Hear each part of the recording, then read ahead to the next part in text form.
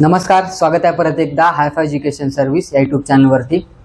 काल सांगितल्याप्रमाणे महाराष्ट्रातील जो BMS आणि BHMS चा राऊंड 3 आहे त्याचा अपडेट आलेला आहे। दोन्ही काउन्सिलिंगचा अपडेट आलेला आहे। एक जी काउन्सिलिंग आहे ते 85% ओनली फॉर जे महाराष्ट्रातले डोमिसाइल विद्यार्थी आहेत त्यांच्यासाठी असते। दुसरी जी काउन्सिलिंग असते ते 15% ऑल इंडिया काउन्सिलिंग म्हणलं जातं, त्याचं सुद्धा अपडेट आलेलं आहे।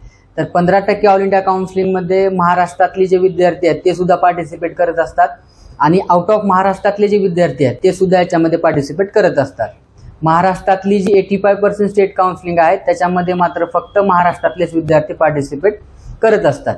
तर या दोन्ही काउन्सिलिंगचा शेड्यूल कशा पद्धतीने आहे, कोणते विद्यार्थी इलिजिबल आहेत त्या तिसऱ्या राऊंडसाठी किंवा कोणते विद्यार्थी रजिस्ट्रेशन करू शकतात या तिसऱ्या राऊंडसाठी किंवा आता ज्या होणाऱ्या काउन्सिलिंगसाठी, तर ज्या विद्यार्थ्यांनी सुरुवातीलाच रजिस्ट्रेशन केलेलं आहे 85% असेल किंवा 15% ऑल इंडिया काउन्सिलिंग असेल त्यांना परत रजिस्ट्रेशन करण्याची आवश्यकता नाही।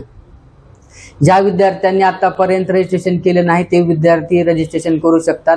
आणि दुसरे असे विद्यार्थी की ज्यांना या काउन्सिलिंग मधून बाहेर काढण्यात आलेलं आहे किंवा ज्यांना कॉलेज मिळालेलं असून सुद्धा त्यांनी कॉलेज घेतलं नाही असे काही विद्यार्थी, तर ज्याही विद्यार्थ्यांना हे चेक करायचं आहे त्या सगळ्या विद्यार्थ्यांनी आपापलं लॉग इन केल्यानंतर आपल्याला तिथे दिसेल की आपण रजिस्ट्रेशन करू शकतो किंवा नाही करू शकतो। याबद्दलची माहिती तुम्हाला तुमच्या लॉग इन केल्यानंतर लॉग इन पोर्टलमध्ये ते दिसेल। तर शेड्यूल कशा पद्धतीने आहे त्याबद्दलची माहिती आज आपण या व्हिडिओच्या माध्यमातून घेणार आहोत। चला तर मग सुरू करूया। काल रात्री उशिरा हे अपडेट देण्यात आलेलं आहे। सुरुवातीला आपण जी महाराष्ट्रातली 85% स्टेट काउन्सिलिंग आहे त्याचा शेड्यूल कशा पद्धतीने आहे हे बघणार आहोत। तर ऑनलाईन रजिस्ट्रेशन जे आहे ते आजपासून ओपन झालेलं आहे। रजिस्ट्रेशन आपल्याला 8/10/2025 ते 20/10/2025 पर्यंत आपल्याला करता येईल।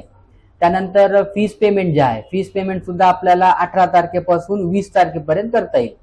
डॉक्युमेंट्स अपलोड जे आहेत ते सुद्धा आपल्याला 18 तारखेपासून 20 तारखेपर्यंत करता येईल। त्यानंतर तिसऱ्या राऊंडचं जे सीट मॅट्रिक्स आहे ते 20 तारखेला पब्लिश करण्यात येईल। म्हणजे तिसऱ्या राऊंड मध्ये टोटल किती कॉलेजेस अवेलेबल आहेत आणि नंबर ऑफ सीट किती अवेलेबल आहेत हे सुद्धा आपल्याला 20 तारखेला माहित होईल।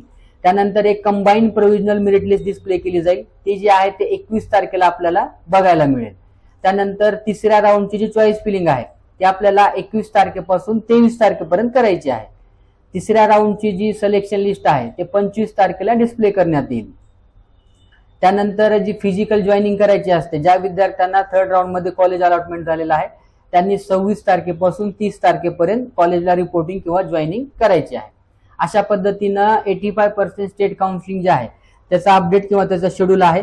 त्यानंतर ऑल इंडिया काउन्सिलिंग जे महाराष्ट्रातली जी 15% ऑल इंडिया काउन्सिलिंग असते BMS, BHMS आणि BUMS या कोर्सेससाठी, हे सुद्धा आपल्याला 18 तारखेपासून 20 तारखेपर्यंत करता येईल।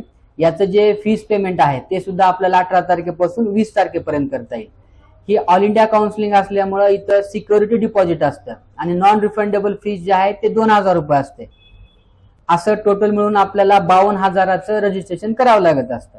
त्यानंतर डॉक्युमेंट्स अपलोड जे आहे ते सुद्धा आपल्याला 18 तारखेपासून 20 तारखेपर्यंत करायचं आहे। त्यानंतर सीट मॅट्रिक्स जे आहे ऑल इंडिया काउन्सिलिंगचं त्याचं 20 तारखेला डिस्प्ले केलं जाईल आणि ऑल इंडिया काउन्सिलिंगची प्रोव्हिजनल मेरिट लिस्ट जी आहे ते सुद्धा 21 तारखेला डिस्प्ले केली जाईल। त्यानंतर ऑल इंडिया काउन्सिलिंगची चॉईस फिलिंग आहे ते 21 तारखेपासून 23 तारखेपर्यंत करायची आहे। आणि तिसऱ्या राऊंडचं जे सिलेक्शन लिस्ट आहे ते 25 तारखेला डिस्प्ले केली जाईल। म्हणजे जवळपास जी 85% स्टेट काउन्सिलिंग आहे आणि जी ऑल इंडिया काउन्सिलिंग आहे दोन्हीचा शेड्यूल जवळपास सेमच आहे। याच्यानंतर जे काही सीट मॅट्रिक्स असेल किंवा प्रोव्हिजनल मेरिट लिस्ट असेल त्याचं सुद्धा अपडेट किंवा इन्फॉर्मेशन देण्यात येईल। भेटूया नेक्स्ट व्हिडिओमध्ये, तोपर्यंत धन्यवाद।